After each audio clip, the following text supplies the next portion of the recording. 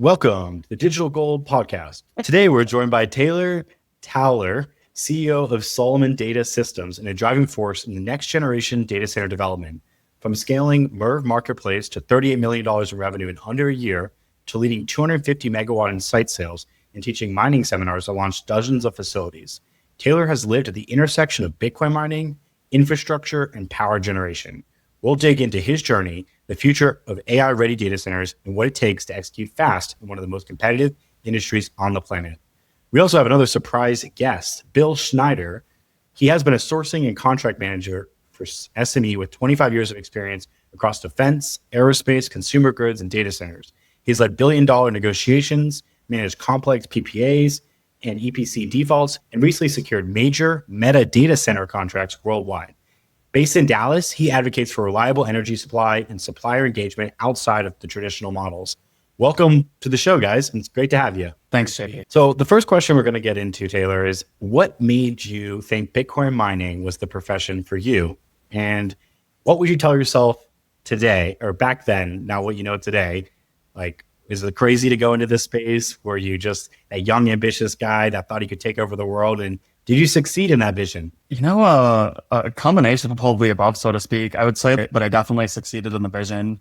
And I'd do it again if I had the chance, because operating in an emergent industry as a young person is one of the quickest ways that you can get to levels of seniority and managing a size and complexity of project that might take you decades to reach in other industries. And because it is an emergent industry that has so many young people in it, it definitely propelled my professional journey. And it's one without the corporate ladder per se. We were able to jump in, kind of set your own mark, and it's based on the deals you close, the power you find, less of did you work for 2,000 hours for this guy and did you fill this role? So talk to me about the first deal. How did it come about and what did you end up doing? The first deal, so I quit my day job operating a wastewater treatment plant, robotics, and like large ammonia coolers in a cream cheese factory, actually, just on a whim, because I'd done day trading Bitcoin largely over the course of the past year. And the first time I got exposed to Bitcoin mining and Bitcoin was in 2011 or 2012. And you couldn't really find much on it on the internet around then. But when I saw COVID hit, I just knew that there's going to be inflation coming. My experience with trading had caused me to dive a lot deeper into how the core protocol actually works and how it affects the world from a macroeconomic and socio-political viewpoint. And I was just like, dude, I've got to get into this. So I quit my day job and strike out. And this was one of those stories where you work on your side hustle for 3 years until it becomes large enough to support you, and then you leave your job in a very safe kind of way. I quit, I struck out. Going to my first conference is actually what sparked a lot of that for me, which was Mining Disrupt in Miami 2020. And that just really allowed me to be around like-minded people, see that it was a real thing, and do some networking in the space. But for me, being the technical, analytical kind of mind that it was, I just bumped into an operator, had a long conversation with them, and kind of shared some of the technical computer and math skills that I have. And the first deal that I ever closed was actually a consulting contract to help an up-and-coming Bitcoin miner analyze the rate tariffs for a site that they were thinking about acquiring. And that's what kicked it all off for me, just a small few-month-long consulting agreement. Nice. So having no experience in the space, but having the passion, the drive, and the will to learn kind of kicked it off to say, yeah, I can read a tariff sheet. I can analyze this market-based rate and tell you what your power is going to cost. I mean, you mentioned you're pretty young at that time. What gave you the confidence to just step in, both feet in, and say, I'm the guy to do this? Well, there's a couple layers to that. I do come from a pretty entrepreneurial family, designing and repairing manufacturing facilities when their on-site staff couldn't do it. They'd kind of call my father and my grandfather to come solve problems. So there was a little bit of that. But, I'd say what most of it is, when you're going to strike out on your own, you just have to do the work first, right? Before you can sell something to somebody or get a job. And what I mean by that is I'd wanted to own and operate my own Bitcoin mines. So I went to all the local utilities where I'm from. I started reading the rate sheets and putting spreadsheets together to figure out how much is the electricity actually going to cost. And having done that work for the 6 months and 12 months prior to that is what put me in a position to say, hey, I just did this 20 times for myself. Yes, I can help you with this. And those 20 times for myself were unpaid, but they gave me the opportunity to be paid by somebody for that service. And to your point, it wasn't your first time looking at it, but you had the grit and the ability to go and look at those deals previously. What would you give someone in high school listening to this podcast? What advice do you have for them to jump into the Bitcoin mining industry, or really any industry, knowing that you've been an entrepreneur for many years? Some people are scared. They have maybe some ongoing costs that they're dealing with. What type of advice do you give that person to do what they love and to build a name for themselves in this industry or any industry? I'd say 1, read everything you can. 2, connect with people in the space that you want to go into. Above and beyond those things, you're never going to be ready. It's never going to be the perfect time. Start now and learn as you go. And so when you got the call to deploy 16,000 ASICs in 30 days, were you ready to start now? And talk to me more about that.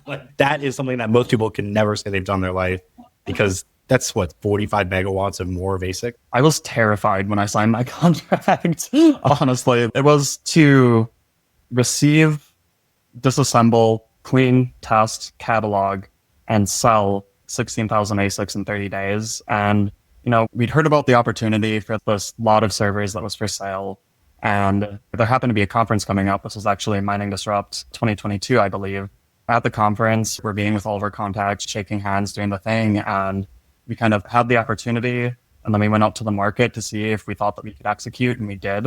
So we negotiated the contract, signed, and went for it. And so explain to me that process. That's a ton of servers, testing them, maybe not necessarily racking and turning them on, but seems like de-racking and preparing them for a sale. Yeah, so the location of the lot was in Montana, and we just figured if we're going to execute this thing, we need to be on present, we need to be local, right?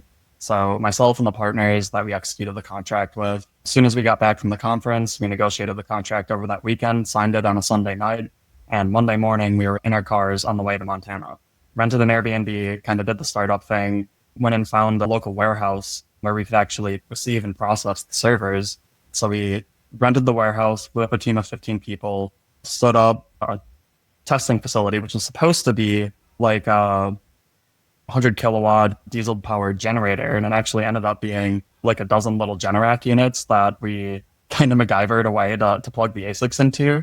So the servers would come in on the trucks. We'd take them off with a forklift, unpalletize them, plug them into the generators, test them. If they tested good, they went in one pile. If they tested bad, they went in another pile. Everybody had a drill in their hand, taking them apart, blowing them off with an air compressor, scanning in all the hash boards, reassembling them, and then repalletizing them to be ready to ship out to our customers. So were they already sold? Did you guys pre-sell them? Do you have to pay for them in advance, or were they just being sold and as is? Talk to me more about the financials there, because it seems like you went from not zero to 15,000 is a huge jump when it comes to deploying a testing business and sale business of used equipment.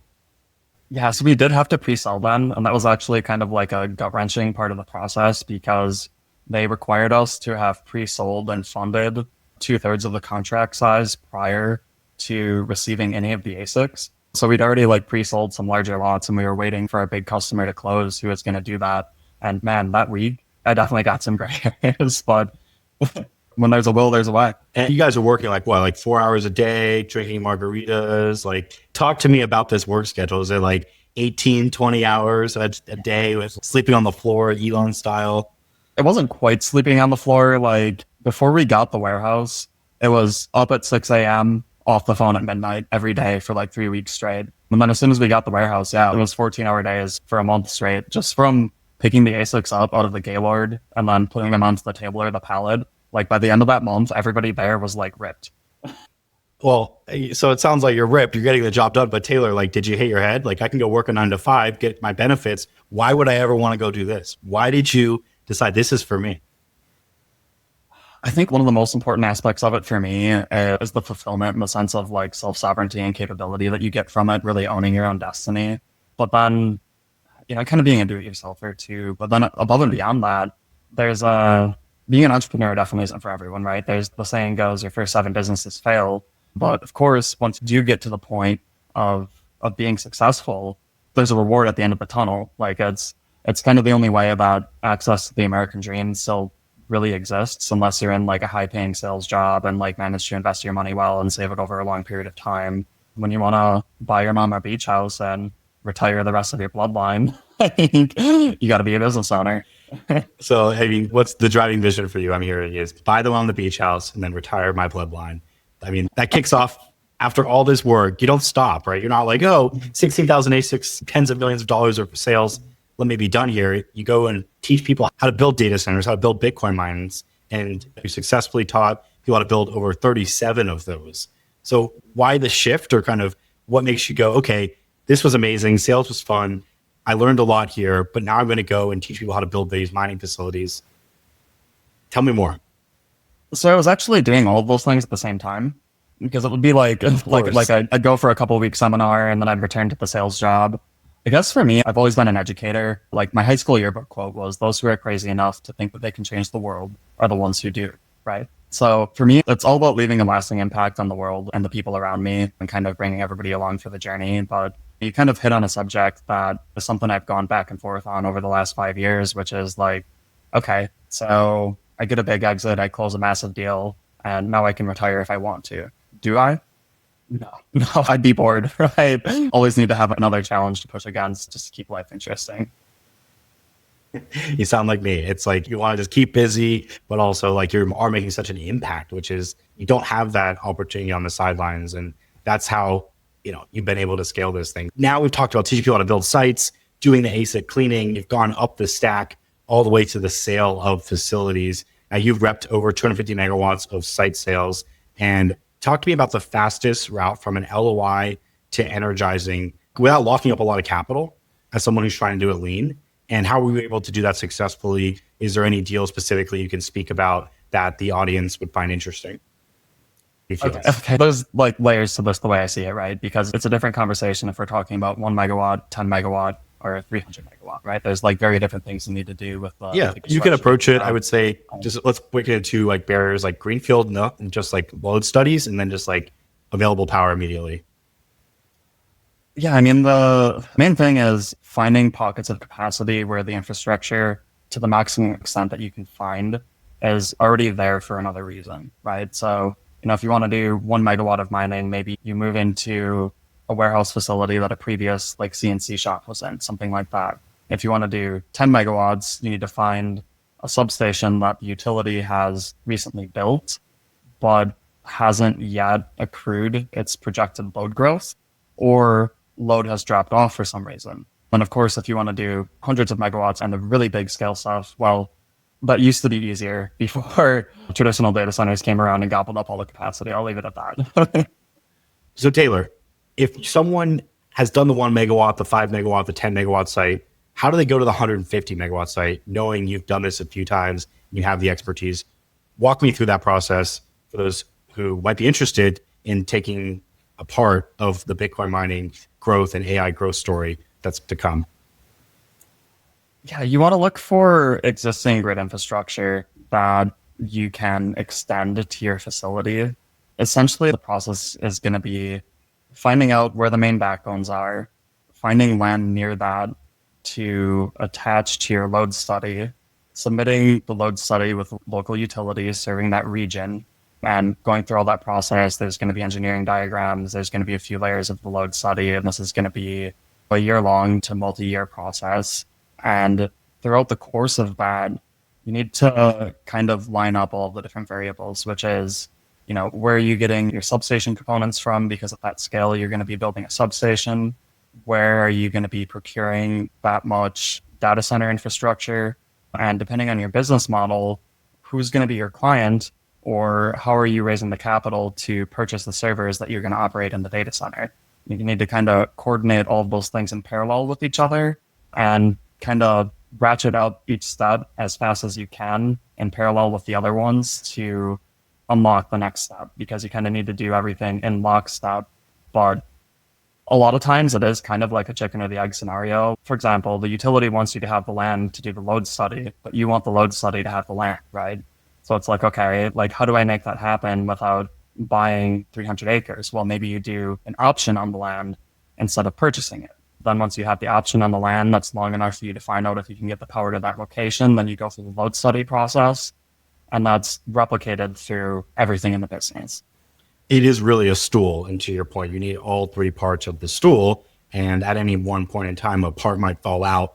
and you are left with no deal. So it's something where you're running multiple deals at a time. These things don't happen overnight because it took years before. Now it might even take decades. And we can talk more about that to get some of these deals done because of the inefficiencies in the system. So that's a mining site. That's a large scale development. What are you guys doing about AI, and how do you view your business shifting? If it is from Bitcoin mining to AI, is it 100% shift? Is it a half and half now? Is it 25% AI, the rest Bitcoin mining? Talk to me more about that, Taylor. And then Bill, feel free to jump in as well. Is what has changed? What's been the eureka moment the past 2 to 3 years in this space where traditionally the co-location guys just didn't come to Texas? They were in Virginia, and that's it. They didn't want to build in Oklahoma. So there's a lot of layers, a lot of different answers I can give you there. So first off, the business these days is 90% traditional data center and 10% Bitcoin. The driving factor behind that is I'm very passionate about Bitcoin's ability to stabilize civilization, to bank the unbanked, to give people access to money that is separated from state. But, when a data center doesn't work, doctors don't get medical records. The military can't function. The police can't function, right? So it feels like a much more tangible impact on the local community in our country, as well as having more stable cash flows, better access to investment, all those kinds of things. And it's like, I was still very passionate about Bitcoin, but now I'm passionate about the potential to retire everybody on the planet. So what's changed? A lot of the skill sets have carried over, like the ability to go and prospect these pieces of land, get a large amount of electricity served to them, high density, high heat environments, whether that's air cooling or liquid cooling. But another thing that's fun for me about the transition is that the technical integration of the systems to make sure that the server doesn't ever turn off are much more advanced and robust. And then you get into a lot more questions of connectivity and just a lot of fun technical rabbit holes that go down for me. Bill? So I'll lead off with, you guys know that Robert Redford passed away recently, and one of my favorite Redford movies was Sneakers. Do you remember that one from the early 90s? They were playing a team of white hat hackers that got in over their heads. So Redford's character is having a discussion with his old friend, now turned enemy, Cosmo. Cosmo says, quote, "There's war out there, old friend, a world war. And it's not about who's got the most bullets. It's about who controls the information. What we see and hear, how we work, what we think. It's all about the information." And so then he goes into discussions on what they've done with the information and the fact that they've turned over everything from banks to small countries, which of course was an allusion to what George Soros did to the British pound like a year before the movie came out.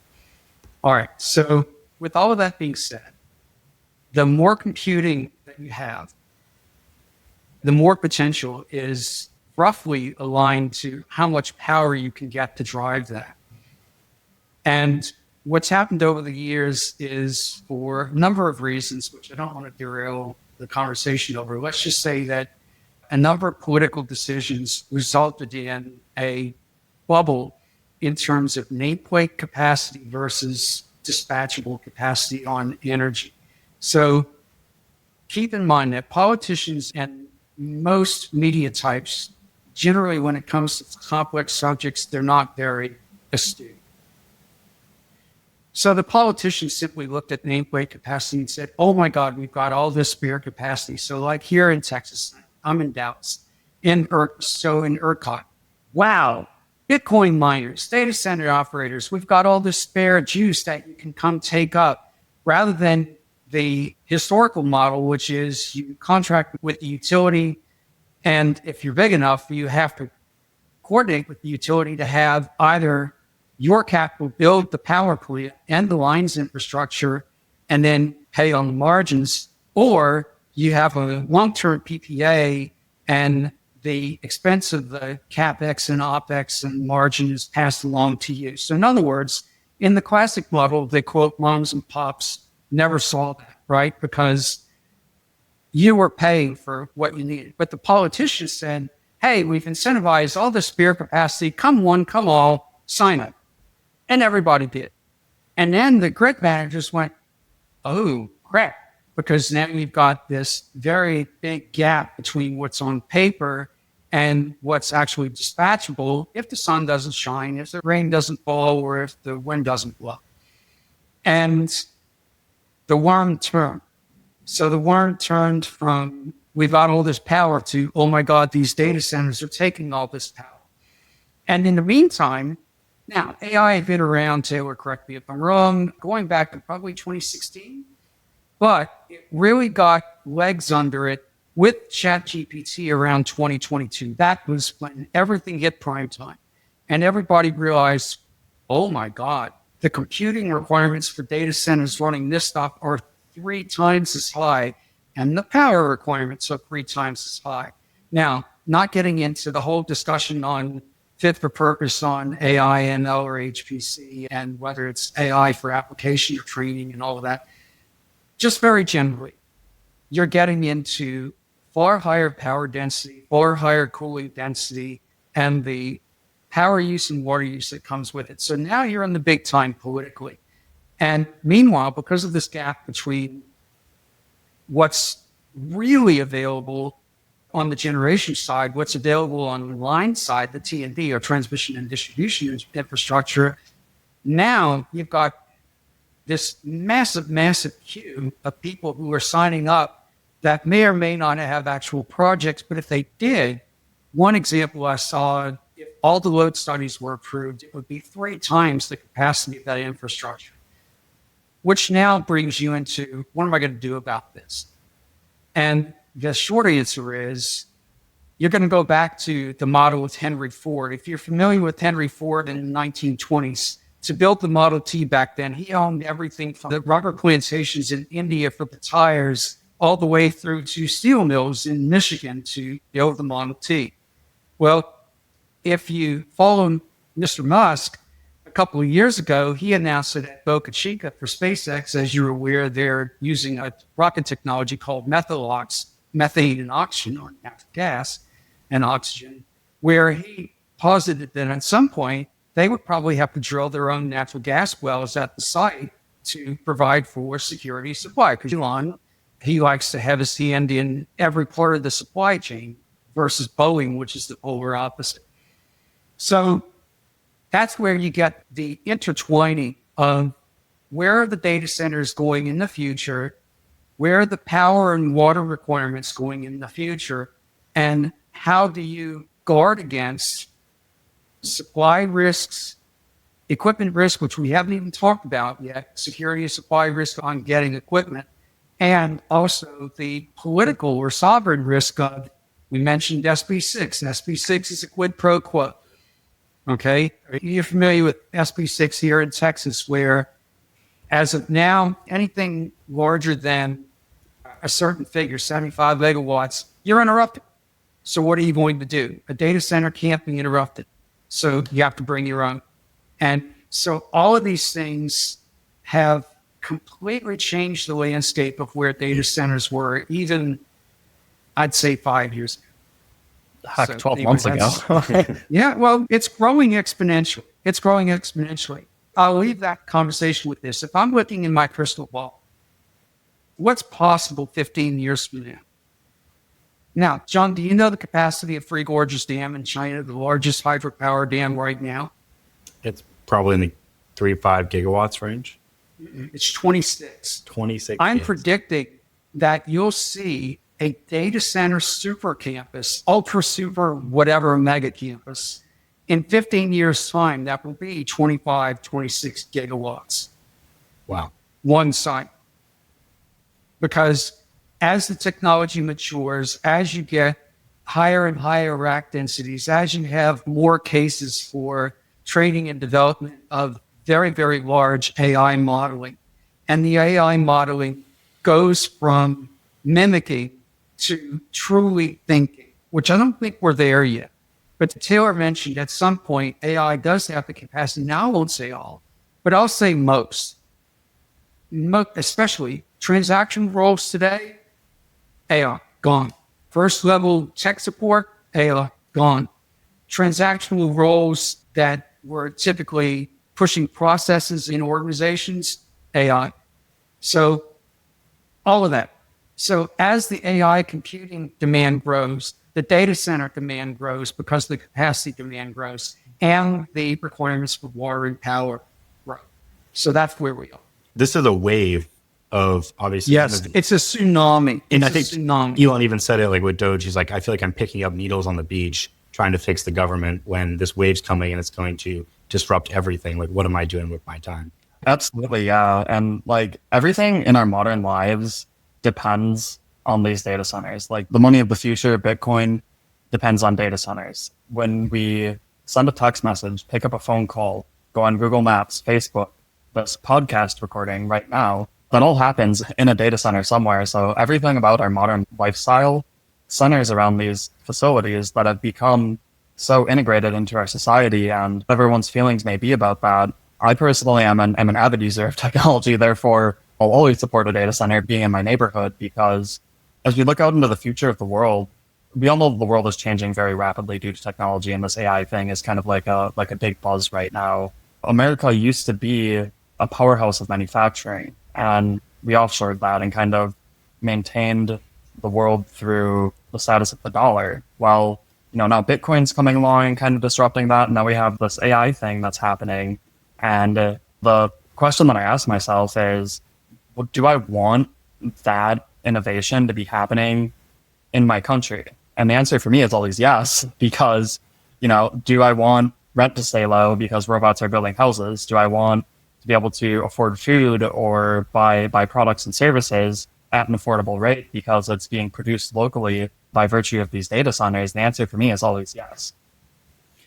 And I think there's a shift to your point. Like we all use the tools, but we don't see the data centers because they're not by us usually. And now it's becoming a much more mainstream conversation. I want to switch it to the consumer and talk about, so in 1930, the US lagged behind Europe in providing electricity to rural areas, and only 11% of the US farms had electricity. So by 1937, in the New Deal era, right, in 1936, they created the Rural Electrification Act, which then gave loans to build these power systems and basically subsidize building out the rural grid where investors from investor-owned utilities would not see financial return. And that helped lower costs for consumers across the board. But now, in 2025, it seems like the consumer will be getting squeezed on the electric bill and already is getting squeezed today. Now, AI is a good scapegoat to point out and be like, you're the problem, it's you. What is the real issue increasing the rate on the consumer? And how do we ensure that all this bloat in the system and all these load queues, that's projects that might not actually get done, don't lead to a higher cost to everyone because of increased generation or an overbuilding of generation? Let's have you guys jump into that. So there's a handful of factors there. One is inflation is a real thing. Energy prices have been pretty stable for a long time, while inflation has definitely occurred over that period. Secondly, the grid hasn't really been substantially upgraded since those times that you mentioned.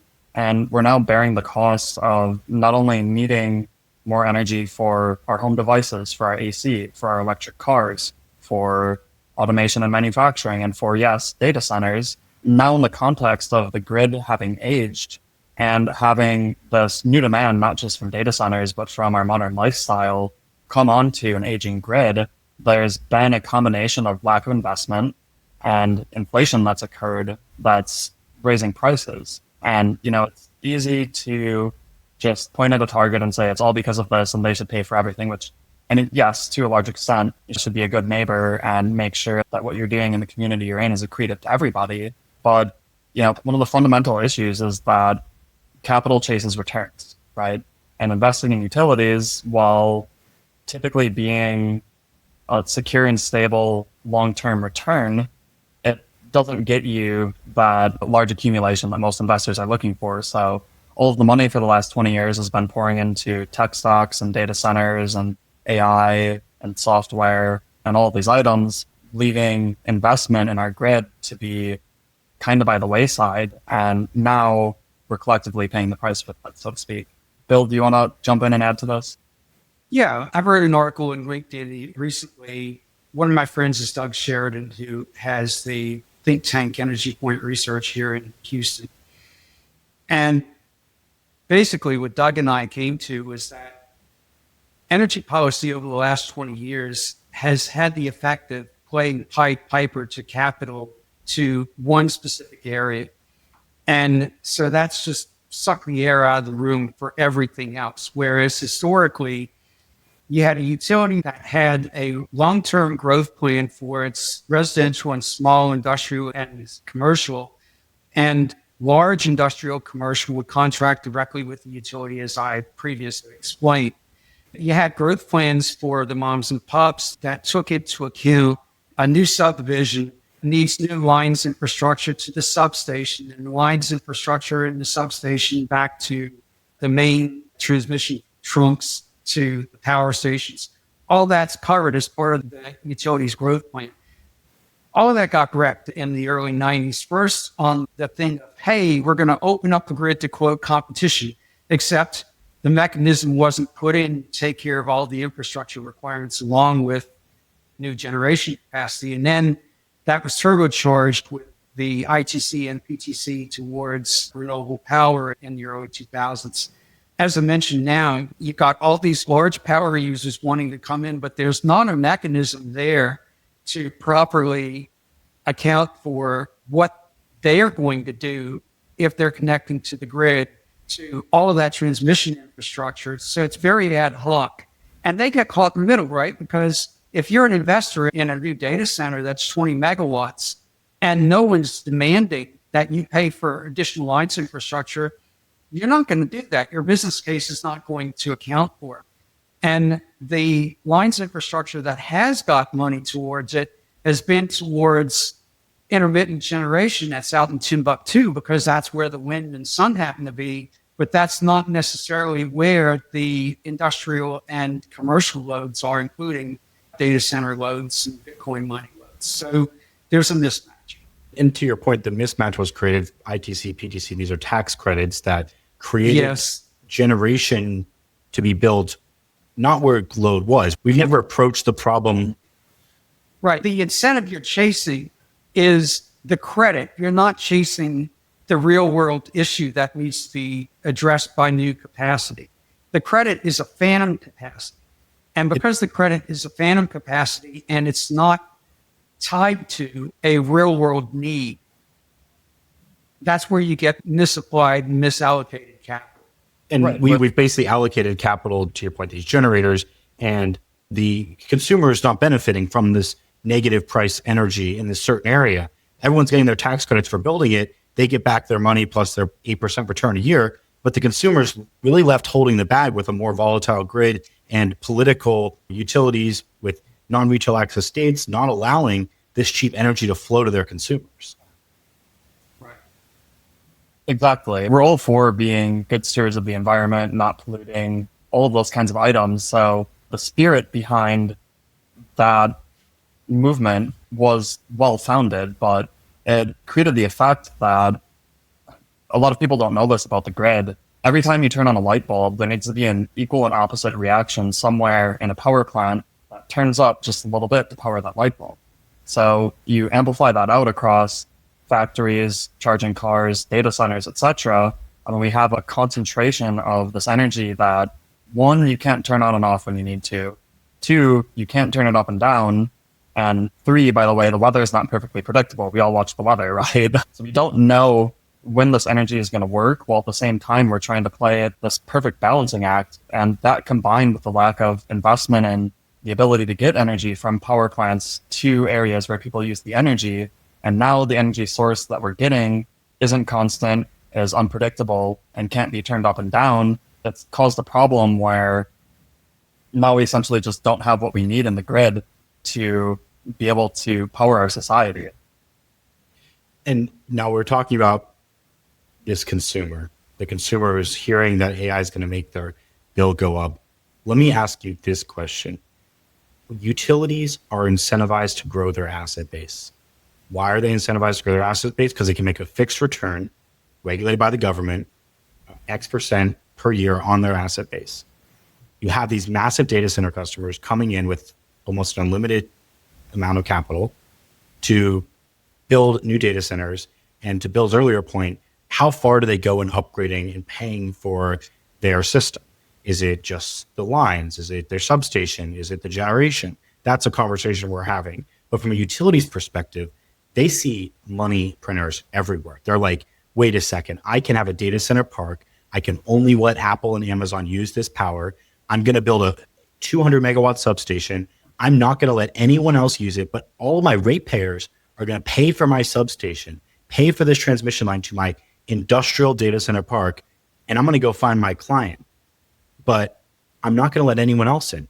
It seems like we've moved away from this open retail access. The grid is for the people. Everyone can access the grid if you're paying for it, to like, oh no, I'm going to grow my asset base, but I'm only going to let certain players use this, come into this 200 megawatt site in this example.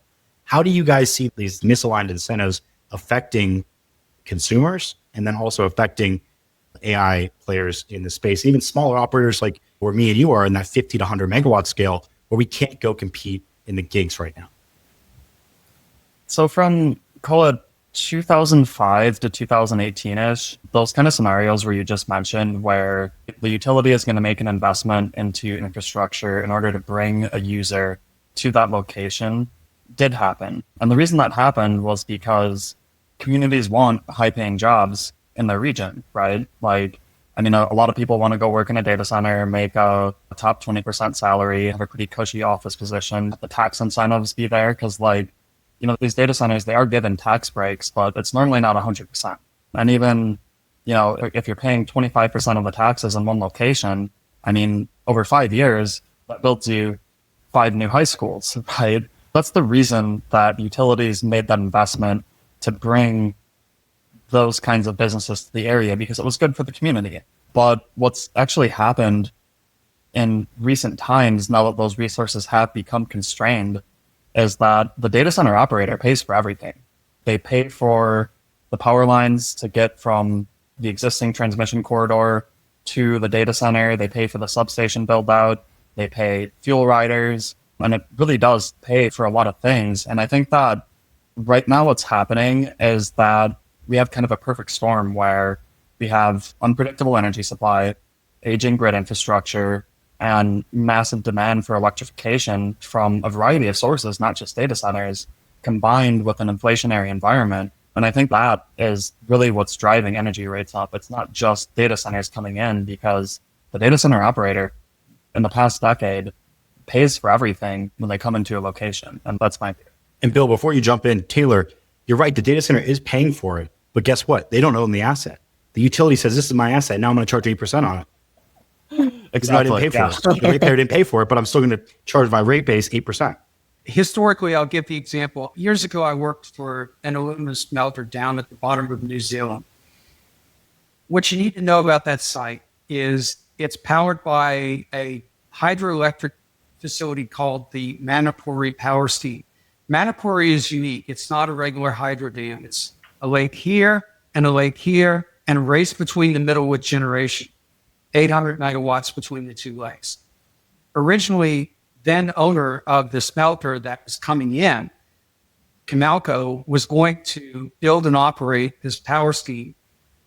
But then a bunch of decisions were taken, and the New Zealand government finished it. And as I described earlier, they tacked on a capital cost and the margin cost, which was inked into a contract prior to the first stage of the smelter opening in 1971. Now, to your point, what's the famous quote from Empire Strikes Back? I am altering the deal, pray I don't alter it further. Well, that's what the New Zealand government did to the smelter in 3 years' time. Yep. Okay? So there's issue around trust, where if you're contracting with a government-owned entity, and the government-owned entity says, well, you know, that's a nice PPA, but now I'm going to open it up and you're going to pay what I require where else, then you get mistrust in there. And on that topic, when those guys were under negotiation for power in 2008, you had people leaking to the main papers in New Zealand claims of costs and opinions that the smelter is, quote, paying less than everyone else. Well, logically, yes, because if you're buying 600 megawatts of power, you're paying less than the little homeowner who's using 1,000 kilowatts a month. Okay? So, but that's the point. It was political positioning. So where are we now in all of that? Look at Meta. Look at what they've done in, I think it's Richwood Parish, Louisiana, with Entergy. They have contracted with Entergy, where Entergy are going to build 5 gigawatts of CCGT, so combined cycle gas turbine power generation for that ultra mega hyper, whatever it's called these days, facility in Richwood Parish. Okay? Now, that generation is not going to be owned by Meta. It is going to be contracted so that the capital is paid. I don't know the particulars of the deal, but I would presume that the capital costs for all the infrastructure going from the electron generation at the CCGT all the way across the lines through the substations to the site is going to be tacked onto that PPA. And yet, you've got media going out there like my favorite, Bloomberg, putting op-ed articles out there about how all these data centers are, quote, taking power away from people. And the big challenge is, while Taylor is right, salaries are high. Once a data center is built, there were very few jobs for the square footage. This is not an office park where you've got thousands of employees in an office building. A 50 megawatt data center could have less than 100 people in that facility. Now, it may have a bunch of outside contractors doing everything from working on the servers to cleaning the floors, but those aren't FTE. Those aren't employed by the operator. Okay, so what people see is, oh my God, this big power user is coming into my area. They are, quote, taking all the power that's available, and through, whether there's any truth into it or not, the media area is positioned such that the uneducated reader is led to believe that the data center is getting, quote, one over. And then add to all of that the actual logistical issues of how long load studies take to accomplish, whether the power is interruptible or not. And I'm talking about interruptible from a regulatory standpoint, and then the uncertainty of dispatchable versus non-dispatchable energy. Okay, so you've got all of those uncertainties driving risk, and this is why I'm saying that the future is behind the meter, bring your own power. And then another thing I haven't even talked about yet is the difference in load between a classic, what I would call an analog load. So if you think a large mining operation, the equipment is on, like physical mineral mining. Yeah. So for example, there are mines that have rock crushing circuits. The ball mills on those mines can be anywhere from 10 to 35 megawatts. The largest ball mill is in Western Australia, 35 megawatts.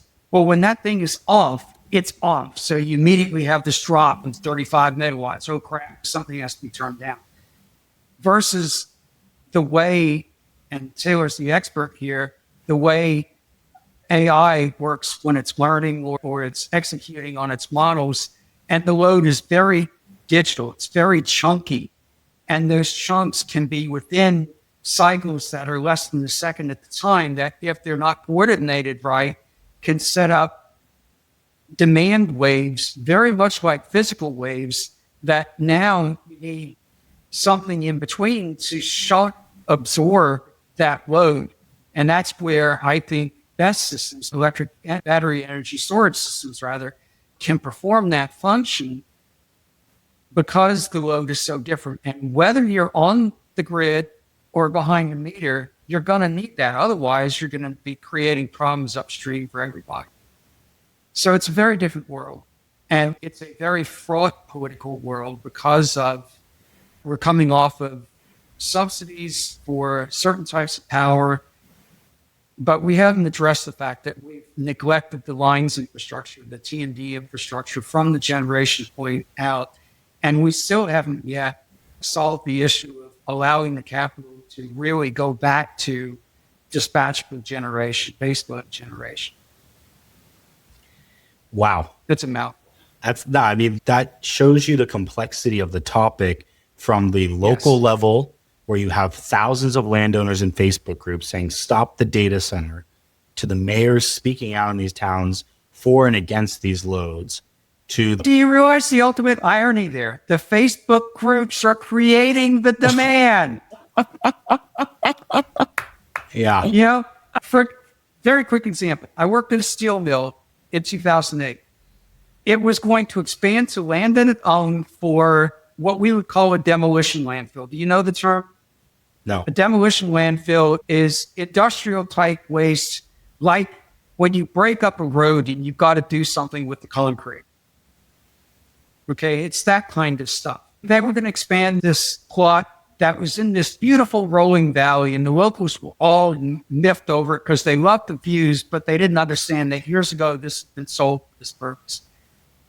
And they're spraying in spray cans signs about fighting the steel mill. And I remember thinking, did anyone bother to ask where the steel came from for the cans for the paint that they were using to make their signs? We forget. We forget because we're not next to it. We're not close to it. We don't see it. And that's what makes it abstract and much harder to understand. Yes. Going back to the consumer, these issues of rising costs of employment per use of resources in our local regions are these kind of civilizational, societal level problems that we're grappling with, not just as a country, but as a planet right now. But I think one of the things that really adds fire to the flames, so to speak, with the discussion of rising energy costs for ratepayers is that it's not just electricity. Everything's more expensive. Rent's going up, food's going up, gas is going up. So when you see it all go up at the same time, it's like when you talk about the price of food going up, for example, it's hard to find a direction to point yourself in, to be emotional about, to be like, okay, this is the problem that we need to solve. But when it comes to electricity, the grid is kind of like, before I got into Bitcoin mining, I don't think I ever noticed the power line in my life. And now every time I drive past a substation, I'm like, that. But, you know, so this thing that's kind of out of sight, out of mind, that nobody really thinks about how it works, how it was built, why it does what it does, and kind of all of the energy policy and history that we've talked about throughout this conversation. So it's easy to just look at data centers and be like, that's the problem, I don't like it. So how do you guys stay focused on, and what is the goal of the business now, Taylor and Bill, with this minefield in front of us of political Death Stars using lines like, I'm altering the deal, you just invested $10 billion, and the deal is now changed to your community of Facebook groups with rioting with their paint cans that are made by this aluminum smelters. Where do you find your guys' business, and how do you add value to the space? There's kind of two questions there. So I'll address the first one in order, the way that I see it, which is that educating the local communities that we want to put these things in is very important, right? Don't let the community hear about the gigasite that you want to build when you're 1 week away from signing the deal and the city board's going to vote on it. Like, you know, get involved in the local community, donate to some nonprofits, have some hot dog cookouts at the local ball game and talk about what's going on, and let people know what it's doing for the community. Like, for example, even if you give a data center a 75% tax break, the scale of capital that's being brought to the city is going to pay for new roads, new schools, new fire station. And during the construction part, employ a lot of people. And even once it's over, maybe not employ so many people, but give the IT inclined youth of the region the opportunity to go and work in IT near home, right? So it's really important, one, to educate the communities that we go into, and two, to be good stewards of the resources that are being allocated to us. Build to the extent that we can our own power generation, build to the extent that we can data centers that consume less water. That's kind of the first part, is like how do we step through this minefield, right? Basically, be a good neighbor, you know, is what it comes down to. And the second part that we're really passionate about kind of ties into that, which is designing and building data centers that are more efficient, more quickly than what has been done over the last 20 years. And that's done through kind of rethinking the design of how do you get the power to the rack? How do you get the cooling to the rack, right? Because just to give an example, a lot of data center campuses kind of have these centralized cooling plants and these centralized energy stations, right? And what that ends up causing is now you need to pump 1,000 gallons per minute of water 600 feet away across a bunch of twists and turns through pipes, and you're using more energy than you need to cool the data center because of its design. So when you bring everything closer to the rack, you increase efficiencies in the data center. So that's one thing that we're really passionate about, is building centers that are as efficient as possible.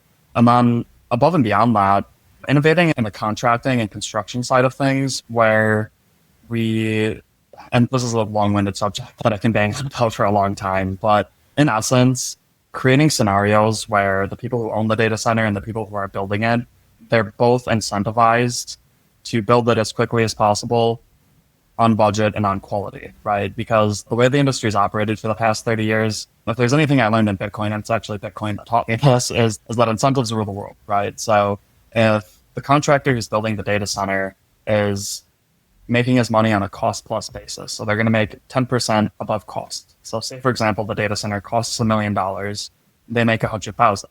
Well, what incentive does that create? Now, the contractor wants the data center to be as expensive as possible to increase the size of the 10% that they're going to get. So innovating in the contract structure of how we build things has been an important part of our business. And I mean, are you guys now doing like what, cost minus structures, or what's the innovation? Yeah. So there's a portion that's allocated just for the services that are being provided for our counterparties, right? But then there's a portion of the margin that's rewarded for delivering the data center on time.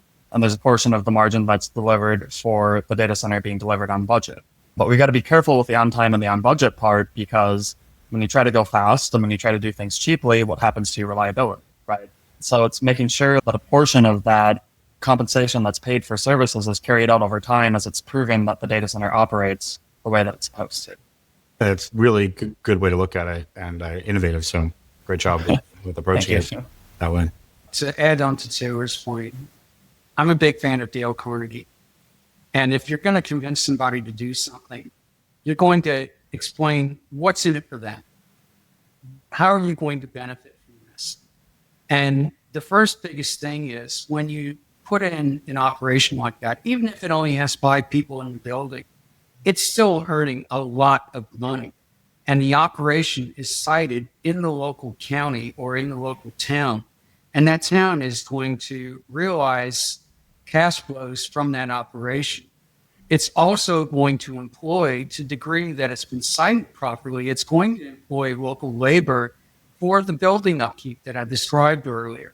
We hear about facilities that are being built in the middle of nowhere. Okay, well, great. Now try to go hire for people to work at those places, and try to hire for an electrician to go perform a job at one of those places. Good luck. And so you want to bring the community along. Here's what's in it for you. Here's what we're going to do for you. And yes, this facility is going to use power. Here's what we've done to mitigate any impacts on you. It's going to use water. Here's what we've done to mitigate any impacts for you. And as Taylor mentioned, getting out in front of those discussions so that some room temperature person in media that has nothing to do with your business and knows nothing about it isn't just pulling stuff off the top of their head because that's what they heard in some Facebook group when they asked somebody about it, or a Slack that's filled with other journalists that together create a black hole of non-knowledge. So you have to get out in front of people. You have to show them how they're going to benefit. And they're not necessarily going to benefit in the ways they think they're going to benefit. It's not going to employ 1,000 people. It's not going to be building widgets that they see rolling out the door that they're going to be able to buy. So that's where you educate, because otherwise we all have our areas of expertise. I knew absolutely nothing about intermittent power generation until someone requested that I review a proposed PPA for a wind farm back in 2008. 4 months later, I knew everything that I needed to know. And it weren't pretty. But the point is, I went in with an open mind. I hired experts, and I jumped in with both feet. Now, I have to treat people in the local communities the same way. They're not stupid. You treat them like they're stupid, they're going to see right through that in half a second, and all you're going to do is tick them off. So you need to be at the council meetings. You need to be at the local events, the fairs, and that, and get to know people in the town, and always be explaining, here's what's in it for you. I can't agree more. I mean, the meetings we've had that are successful are the ones that you get ahead of it. The ones that are 20 people asking questions and everyone, poking at it, saying, what about this? What about that? You're already falling down the hill. You have no chance. Even if the size of the data center is a megawatt, it's the perception which rules the reality of the situation. I want to switch topics to modular generation, because you mentioned that there's the grid congestion, grid queues, frequency control, demand response by AI, how that is going to cause an issue. Do you see modular nuclear reactors before 2030 being live and helping support data centers? Or is it more just turbines? We have tons of natural gas turbines in the queue to be made, cogen and batteries. Here's why I don't see SMRs. From a regulatory perspective, if a nuclear power plant has a trip, you don't go just flip a switch back on. There is a massive regulatory requirement on doing an investigation on what caused that trip and ensuring that the plant is safe. That could take months. So if your behind the meter site is tied to an SMR and that SMR has a problem, well, now you can't build N+1 redundancy. In other words, if you need 3 SMRs of a capacity to run the place and you do +1, which means 4, you can't run it like that, because now for months on end, you don't have any redundancy, which means you're right back to what's my non-nuclear redundancy. So let's put that on the side. I think once the discrepancies on non-dispatchable power are flushed through, and honestly, that's going to take 20 years, because that 20 years is the life of the facilities that are now just being brought online. But as the subsidies on the ITC and PTC fall off, the number of new facilities like that being built is going to fall off a cliff, just like what happened yesterday. The EV tax credits just fell.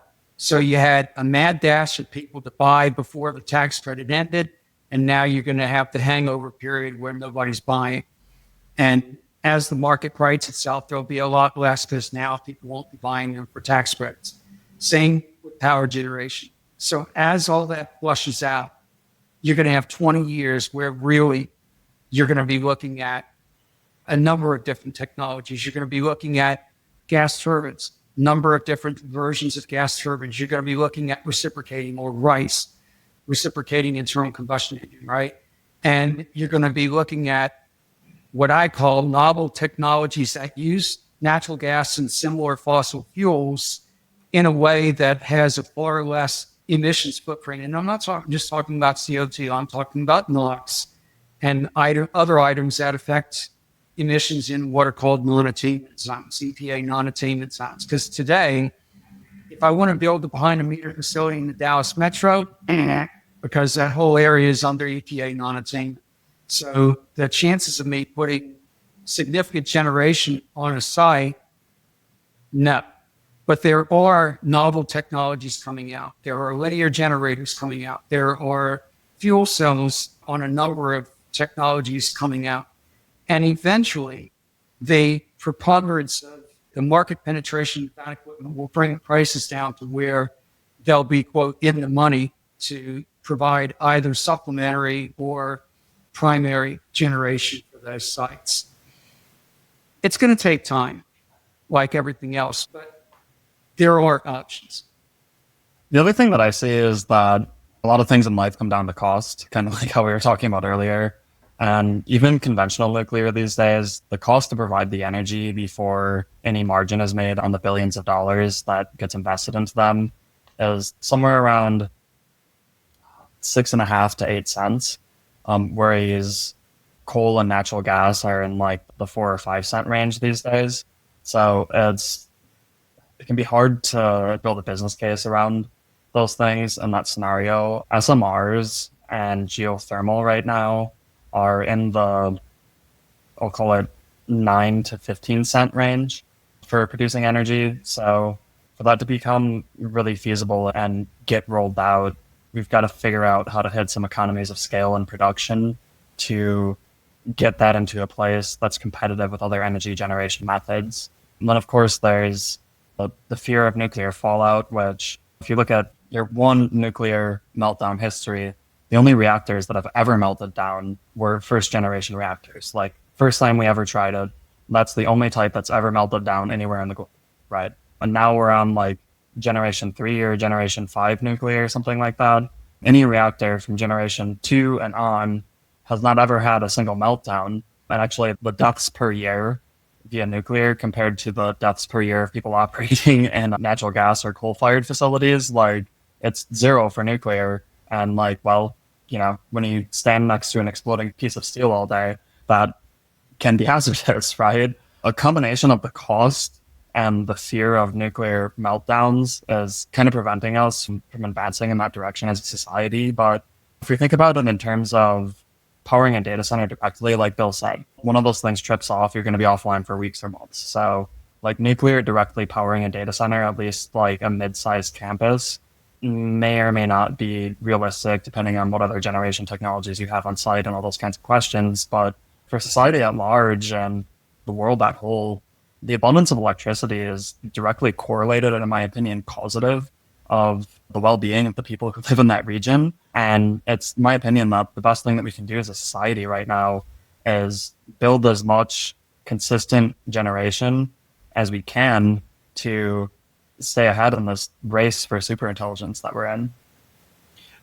And I agree with you. I think that we're going to win that race, superintelligence, with pure force and capital, versus where the West is looking at it as a way of trying to, let's say, be more efficient in the boat and go faster with what they have, the tools they have, with some of the deep state optimizations that we've seen. But to your point earlier, which is the nuclear, it sounds big and scary, similar to data centers, sound big and scary. They're going to make my power bill go up, but they actually are less risky than the stuff we're familiar with. It's almost like we're in the same conversation between nuclear and natural gas as we are with data centers and their actual impact to the community. I want to end it with, you guys are experts in the field, and I want to end it with almost like a stock pick, and let you guys talk about, there's companies in the space that, one, that you're watching that are public that you think are undervalued, and of course not financial advice, but just kind of from your expert opinion, what you're seeing, and one that's overvalued that you think is overhyped. We were talking about Schneider Electric earlier today, and talk to me through, there's a ton of capital moving in the space. I mean, even the Bitcoin mining companies that were kind of left to dry are now, some of them are doubling in size, or in market cap within a week. And so there's a lot of capital flowing into this space. Where does someone take action from all the insight we've given you to make maybe a financial decision and get ahead? Not financial advice. Yeah, not financial advice, but like, what do you like? Well, for me personally, like, to do AI, so to speak, you need a few things. You need energy, you need chips, but you also need data, right?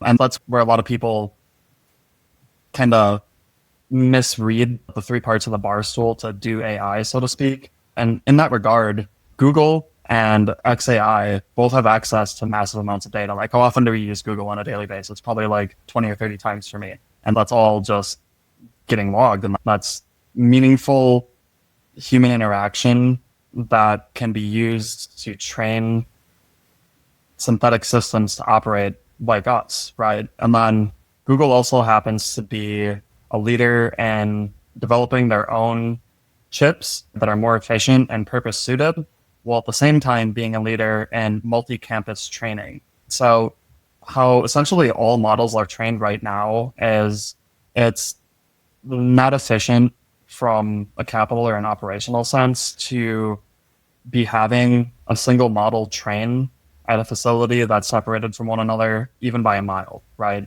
And Google's currently the leader in being able to make it work with campuses that are separated by tens and hundreds of miles. So they have the data, they have the chips, they have the power and they're learning how to make it so that to make Gemini be the next best model that it can be, they're learning how to be able to effectuate that in multiple data center campuses instead of one data center campus. Because eventually you reach a limitation on scale, right?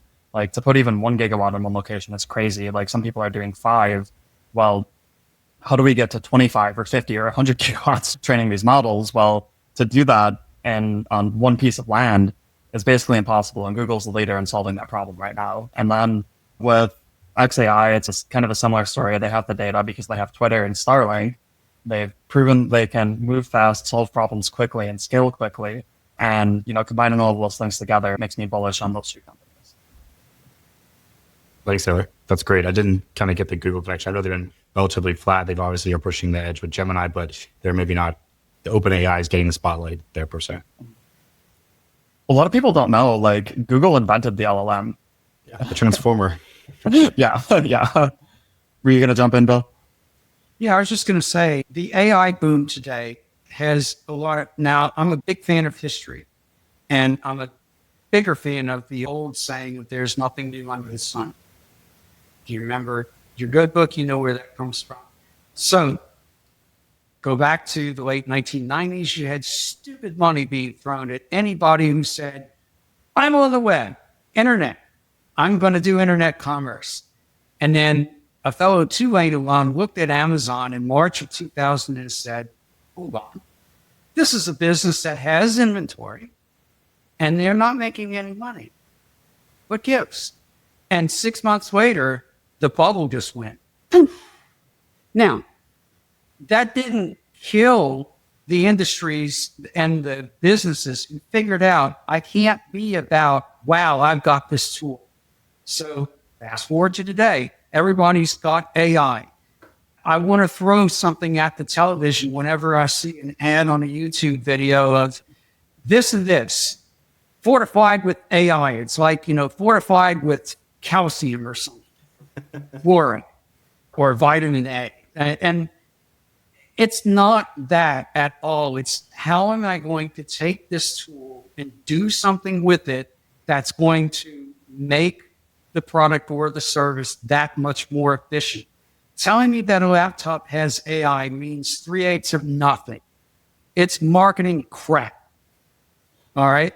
Telling me that the laptop is built to leverage connection with AI to do all these tasks, from faster, more capable spreadsheets to being able to put videos out at much higher bandwidth and much more professional effects.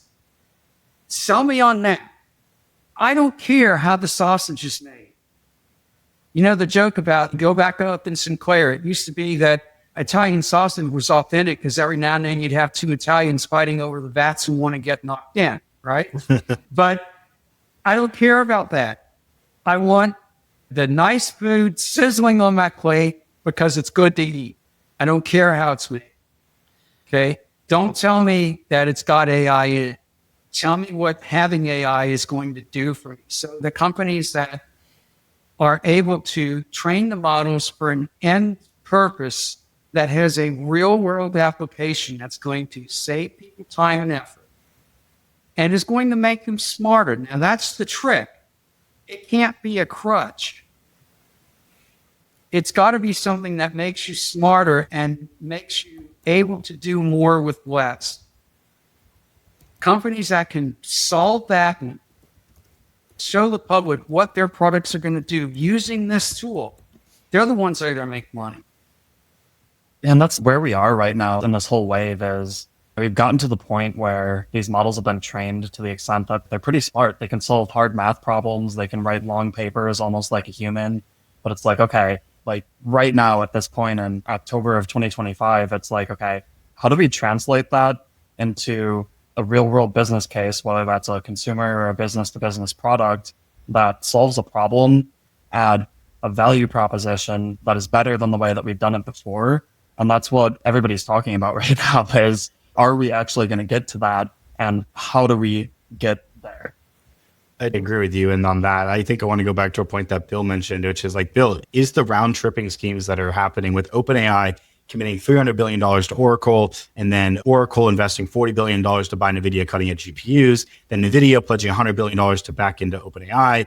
Like, are we at the peak of the bubble? Are we in that situation where there's a lot of financial euphoria? There's a lot of round tripping schemes going on where the money, like NVIDIA's receivables aren't being actually paid for, but they're being booked in these sales. Is that going to affect not the short-term growth, or is this just such a big train? Yeah, don't show me the circle jerk of those three.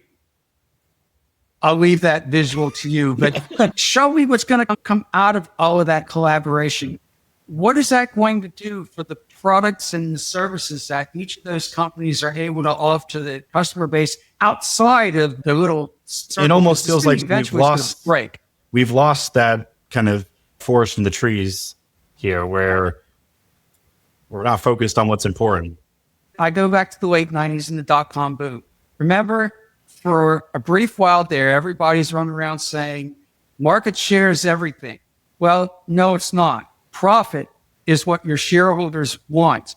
And so for a while there, people were able to convince venture capitalists to throw money at growing market share until the market share did not translate into money, into profit.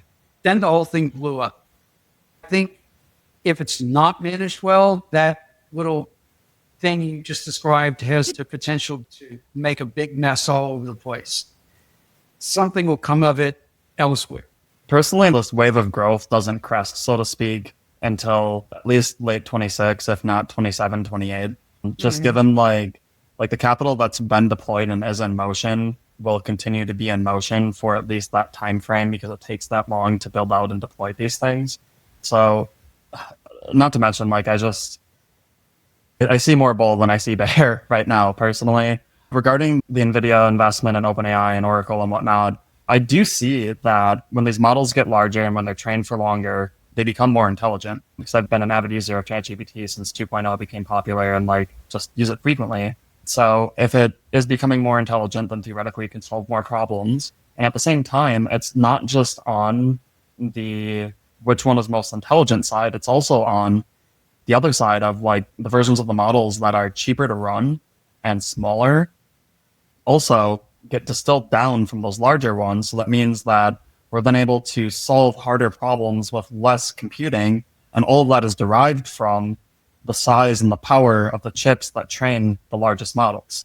So it doesn't seem to me that we've hit a point of diminishing returns yet. So I do think that investment that was made between those three companies is accretive in the sense of advancing the technology. But, as we were speaking about earlier, how does that translate into a business case that solves the problem better that somebody wants to pay for? And that's the part that the industry is still figuring out. Yeah, I think the amount of capital spent in AI versus the revenue in the AI software space is pretty dramatic, and the software revenue has to catch up. But is this investment for these 3-year investments for GPU life cycles? Are they 10-year investments, 20-year, 100-year investments? That's yet to be seen. And obviously, there's different parts of the stack from, we talked about generation to the rack space to the GPUs. And that's going to greatly impact and affect the bottom line. Well, thank you guys so much for coming on and having this deep conversation about not only energy, AI, and Taylor, your background as well.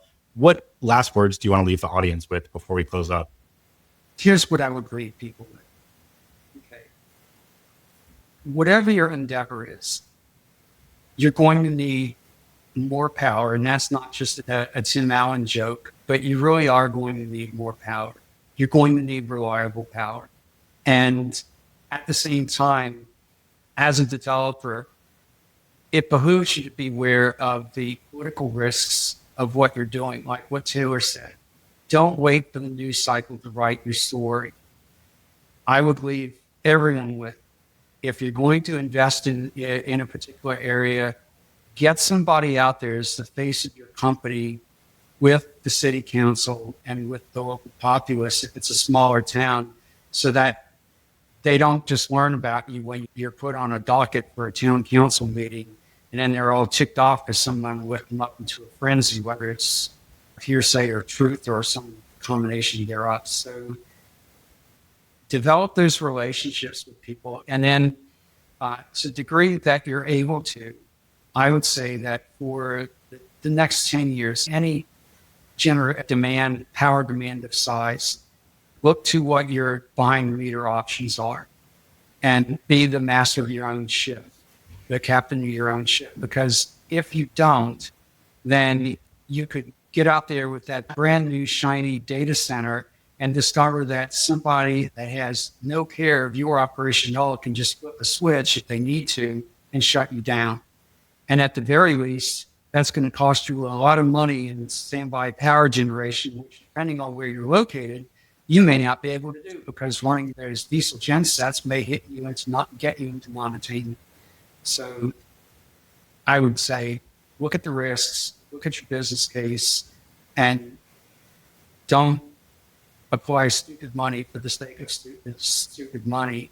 Understanding what it is, what service that you're going to develop, and how to get there, and really pay attention to all the logistics that are involved. The details matter. Thanks, Bill. They do. They absolutely do. Thanks, Bill. I think my closing note would be that the world is changing so fast right now that the most valuable thing we can do as people is to learn quickly, stay nimble, and stay on our feet. And also that the world's changing really fast, and if this wave does really carry out and so much gets automated, there's going to be some change that we go through as a society, and that's not quite that far away. So bet on yourself now, work hard, grow an online presence, join a startup, solve a hard problem, do something, and tuck away resources for yourself for the next decade. And don't forget to buy some Bitcoin if you haven't already, right? That's one of the best resources to be holding. Well, great advice, guys, and great conversation. I really appreciate the level of detail we were able to get into some of the nuances that were with mining and with the energy and with AI. It's great to hear from both of you and to see the business grow. So best of luck in the next gigawatt of development. Thanks, JP. Good luck to you as well. Thanks for having us. Right. Thank you, guys. And thank you for listening to the Digital Gold Podcast. And remember to mine on and never stop using AI.